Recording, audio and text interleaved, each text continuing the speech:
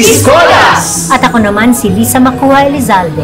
Samahan ninyo kami sa isang hapon ng masayang kwentuhan at kantahan sa aming programang Art to Art sa December 8.